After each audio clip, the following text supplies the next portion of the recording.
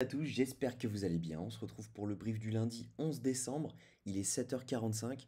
Aujourd'hui, on va parler donc des liquidations qu'on a eues cette nuit. On en parlait depuis un bon moment. Donc, c'est enfin arrivé. Le ménage a été fait. On va voir maintenant si jamais ça a suffi ou si jamais on va pouvoir repartir à la hausse ou on va tout simplement repartir à la baisse. Mais avant ça, on parlera donc de mes trades que j'ai pris ce week-end. On parlera news économique, du ratio long and short, de l'analyse technique, du funding open interest et des liquidations.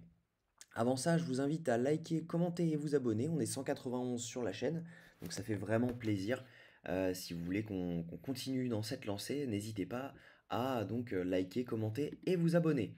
Alors, au niveau donc du trade que j'ai pris ce week-end, donc je suis vraiment dégoûté parce que je me suis fait BE sur vraiment rien du tout.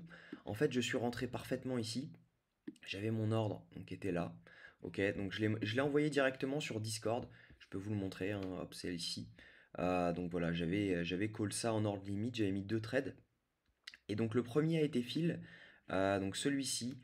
Donc tac, je mets 0,5% de risque, etc. Je dis tout. On a été fill à un moment. Ok, tac. Et puis ça part. Ok, et là, c'est là au moment où ça part. Donc c'est ici. On part jusqu'ici et je dis, ok, on va BE. Erreur, erreur monumentale étant donné que on se fait BE et tout simplement, bah après, le trade est parti quoi. Et ça, c'est un trade, c'est les golden quoi. Enfin, RR de 24, l'entrée elle est juste incroyable. Moi, j'aime toujours laisser traîner des trades. En fait, c'est je donne des TP et ensuite je laisse toujours traîner 10-15% de mon trade quand commence à avoir des équal low comme ça. Et là, j'aurais laissé traîner. Et clairement, le RR aurait été magnifique parce que même avec 10% de la pause, ça vous fait quand même un RR de 2. Donc c'est magnifique. Donc voilà, un peu rageant de se faire BE vraiment là-dessus, quoi. Parce que vraiment, on voit que c'est une touchette parfaite. Je rentre ici, ok, et puis on vient juste le toucher et ensuite on repart. Donc ça, c'est vraiment le coup dur du week-end. Mais bon, c'est comme ça, j'étais pas dans le dump. Maintenant, on va chercher des entrées longues, je pense. Donc on va voir, on va confirmer ça ensemble. Alors au niveau des news économiques, aujourd'hui on n'aura rien du tout. Par contre, cette semaine, faites très attention à vous, étant donné qu'on a vraiment des news très importantes. On va avoir l'inflation américaine demain à 14h30. On va avoir le communiqué du FOMC mercredi à 20h. On aura également la décision des taux d'intérêt suisses jeudi à 9h30, les taux d'intérêt anglais à 13h jeudi, les taux d'intérêt de la BCE à 14h15 jeudi, et puis pour votre culture générale, on aura l'inflation française à 8h45 vendredi. On n'aura pas grand-chose après d'important le vendredi. Je pense qu'après, les semaines à venir, je pense que ça va être assez tranquille. On va avoir non, le PIB. Ah non, il y a quand même des choses importantes. Ça va être, ah ouais, le PCE Core. À mon avis, ce sera, voilà, après les dernières, ça va vraiment être la dernière semaine importante avant la fin de l'année. Ouais, non, la semaine prochaine va être quand même un peu importante.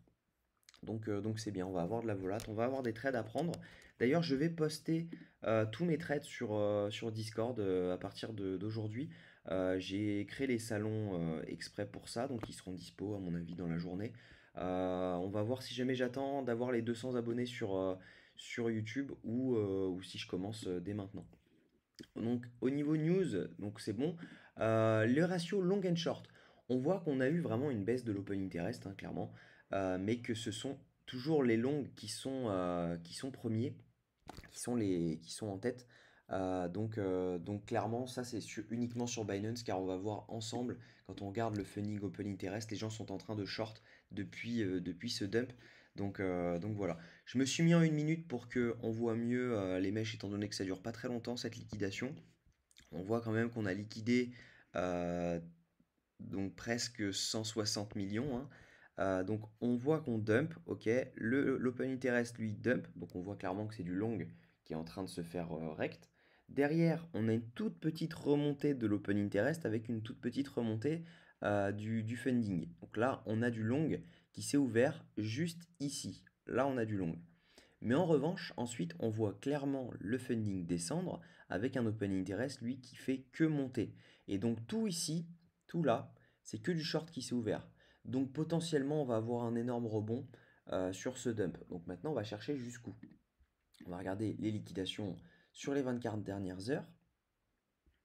Alors, on voit qu'on a des liquidations très belles à 44 300, 44 400 sur 24 heures. Sur 3 jours, toujours pareil. 44 400, 44 450, 350. Ok. Sur une semaine, je pense qu'on est encore à la hausse. Voilà. On voit qu'on peut monter jusqu'à 45 600, etc. On a pris toutes les liquidations ici. Donc maintenant, on pourrait rect le haut. Donc à voir. Et sur 3 mois, on a des liquidations en bas, mais elles sont vraiment, vraiment loin. Là, on n'a vraiment pas grand-chose, quoi. Donc maintenant, on pourrait y retourner, on pourrait venir rect tout le monde, mais on a pris le plus gros.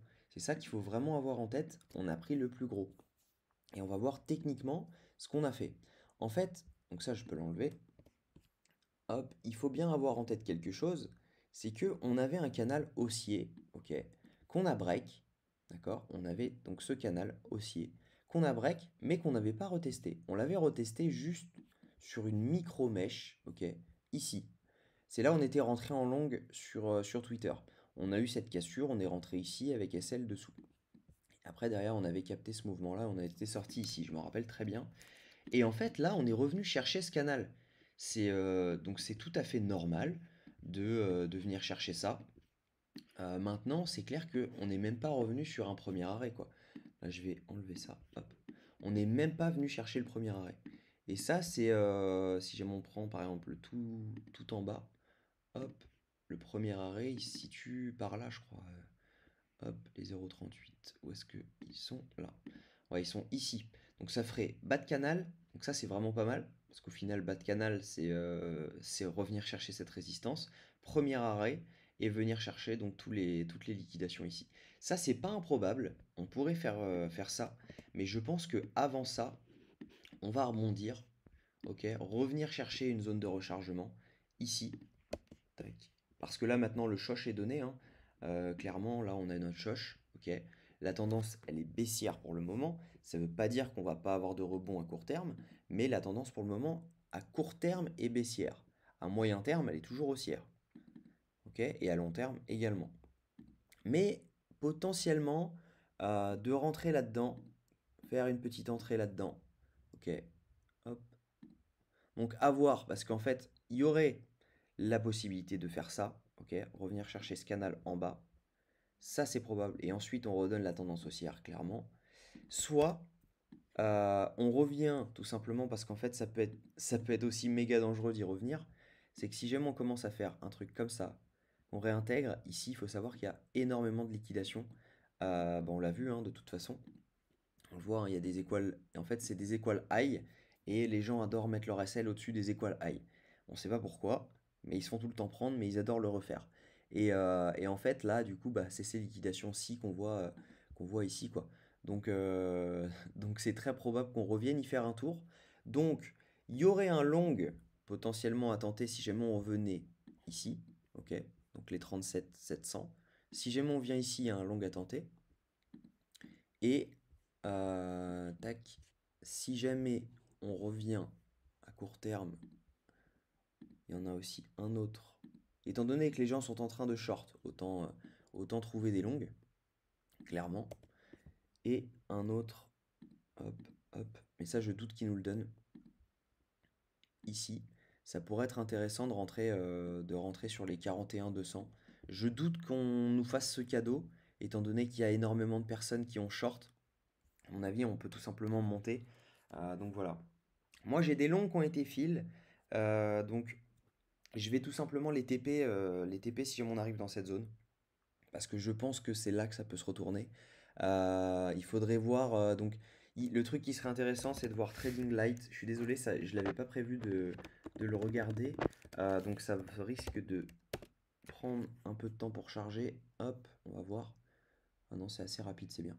Ok, donc Trading Light nous dit, hop, donc ça c'est la charte Deribit, non, on veut la charte Deribit justement. C'est là où il y a le plus d'ordre. Hop, Ok. Et si jamais on se met là? Ouais, il y a des ordres qui veulent protéger donc ces zones. Ils sont pas énormes, hein. 2 millions, 2 millions, 2 millions. Ouais, c'est pas non plus des ordres colossaux. Là, on voit qu'on a des ordres. Hop. Non, ça nous donne pas grand-chose. En revanche, on voit qu'il y en a qui se sont mis très très bien, étant donné qu'ils avaient des ordres acheteurs juste ici. C'est un peu ce qui a retenu le prix. Donc, on peut les remercier. Hop, on a des ordres avec 4 millions qui ont été fil et hop, ça a fait rebondir le prix. Donc ça, c'est plutôt cool. Ok, bon bah écoutez, il n'y a pas grand-chose à dire pour le moment, pas vraiment de trade à prendre. Moi, ce que je pense, c'est qu'on va venir liquider toute cette zone-là. On a liquidé tout le bas. Ok, si jamais on commence à revenir dans cette zone, il y a un long à tenter avec un SL sous le plus bas. Ok, parce que je pense qu'on ne retournera pas sous le plus bas. Je pense qu'on pourrait faire un truc comme ça. Maintenant, c'est peu probable qu'on remonte, qu'on redescende dans cette zone. Il y a aussi un long à tenter avec un SL ici. Pour target cette zone-là, je pense que c'est un TP ici. Parce que maintenant, on a eu notre choche. Ok, il faut vraiment l'avoir en tête. Le choche, il est là. La tendance baissière court terme, elle est donnée. Maintenant, tant qu'on n'a pas de cassure à la hausse, et ben tout simplement, on n'a pas de tendance haussière. Donc à prendre avec des pincettes.